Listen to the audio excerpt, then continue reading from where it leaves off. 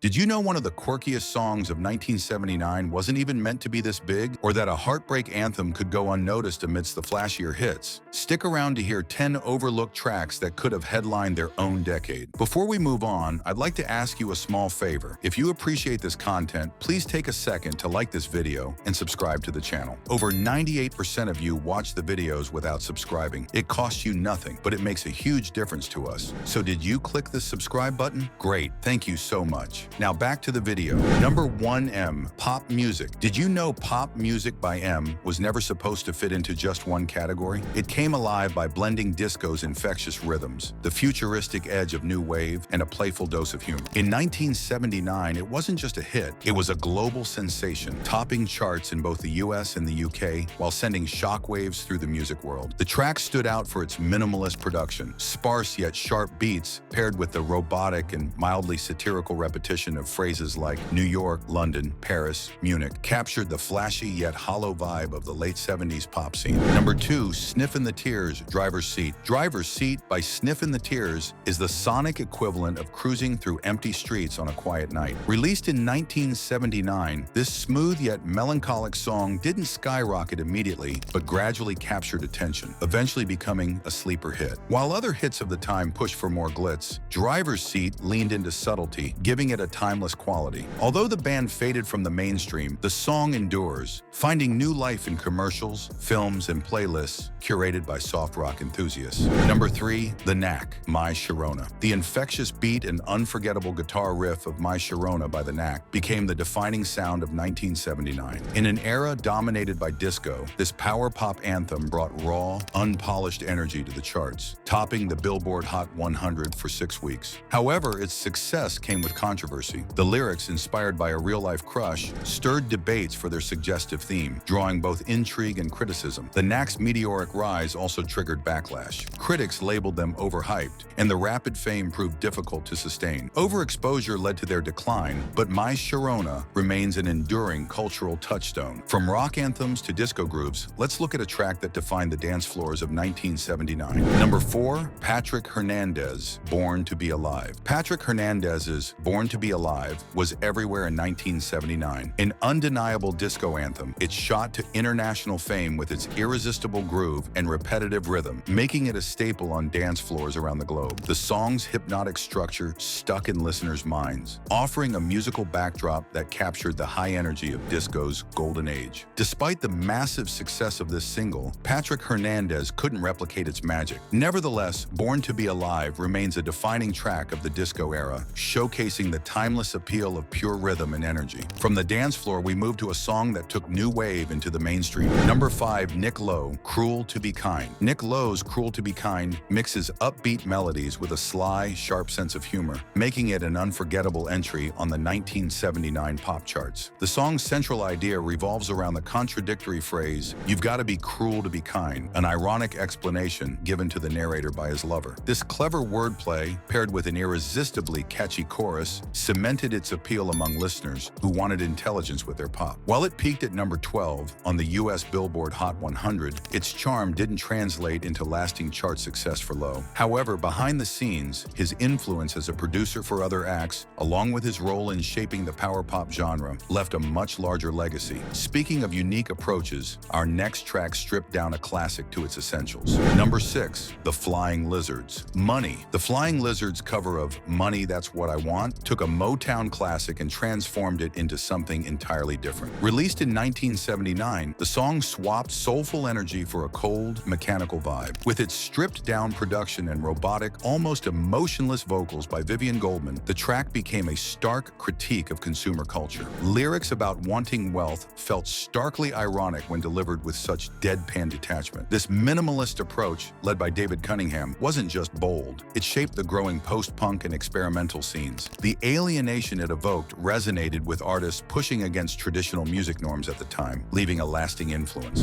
Number 7, Rocky Bernett, Tired of Toeing the Line. Tired of Toeing the Line by Rocky Bernett blended nostalgic rockabilly styles with a catchy, modern twist, making it a standout in the late 70s music scene. Released late in 1979, it found wider success as the rockabilly revival picked up steam, providing listeners with a fun throwback to the frantic sounds of the 1950s. Bernett's Burnett's energetic delivery and upbeat tempo captured audiences looking for something fresh yet familiar amidst a sea of disco and new wave hits. As the son of rock and roll pioneer Johnny Bernett, Rocky carried a legacy that grounded his music in authenticity. His unique place in this revival helped the track resonate, but sustaining that momentum was difficult. The rockabilly trend didn't fully break into the mainstream, leaving this infectious hit as Burnett's singular moment. Switching gears, our next track is a lush ballad that tugged at heartstrings. Number 8, Fran Golda, Here I Go, Fallen in Love Again. Here I Go, Fallen in Love Again by Fran Golda is a heartfelt ballad that wraps poignant lyrics in a soft, stirring melody. With soulful vocals and a lush arrangement, the song captures the vulnerability of embracing love all over again. Its tender tone and relatable message appealed to fans of soft rock, offering a moment of quiet, emotional honesty in 1979's music landscape. Although the track showcased Goldie's strength as a solo artist, it didn't elevate her to stardom. Instead, her talents flourished behind the scenes. She found later success as a songwriter, crafting hits for other artists and leaving her creative mark on the industry. Here I Go, Fallen in Love Again, however, remains a touching example of her gift for storytelling. From tender ballads to smooth grooves, our next track was a chart-topping slow jam. Number 9, Robert John, Sad Eyes. Sad Eyes by Robert John captured the soft rock era perfectly with its smooth vocals and heartfelt simplicity. Topping the charts in 1979, it became a favorite for slow dances and romantic moments, earning its place on countless radio playlists. The song's emotional resonance struck a chord with listeners, offering a blend of vulnerability and melody that defined the genre. John's voice carried both longing and tenderness, making the track an anthem of quiet heartbreak. However, as the 1980s brought an explosion of new wave and electronic sounds, soft rock began to fade from mainstream prominence. Sad Eyes marked a high point in John's career, but the shifting musical landscape left little room for his style to evolve. Even so, its enduring charm continues to evoke nostalgia for that late 70s moment. Finally, we'll close with a punchy track that brought power pop to the forefront. Number 10, The Jags, Back of My Hand. The Jags' Back of My Hand is the perfect example of power pop at its peak. Released in 1979, the track had all the right ingredients: sharp, snappy rhythms mashed with clever, biting lyrics. Its catchy hooks made it instantly memorable, and the song's quick-paced energy stood out as an anthem for the genre. Critics praised its wit and precision, cementing Back of My Hand as a standout moment within the crowded landscape of late 70s music. However, breaking through in the competitive new wave scene proved to be an uphill battle. With so many bands vying for attention, the Jags struggled to rise above the noise. Despite the song's potential, broader success eluded them. Still, Back of My Hand endures as an energetic tribute to the brilliance of power pop. 1979 was a year where musical experimentation thrived. Genres like disco, new wave, and power pop collided, creating a diverse soundscape that's as exciting today as it was back then. These one-hit wonders, though often overlooked, represent the creativity of the era. As the Professor of Rock podcast described it, 1979 was packed with iconic moments in music. Even the forgotten tracks offer a fascinating glimpse into the trends and risks artists were taking. So why not rediscover these hidden gems? Add them to your playlist and experience the full spectrum of 1979's music. Who knows what other forgotten gems await rediscovery?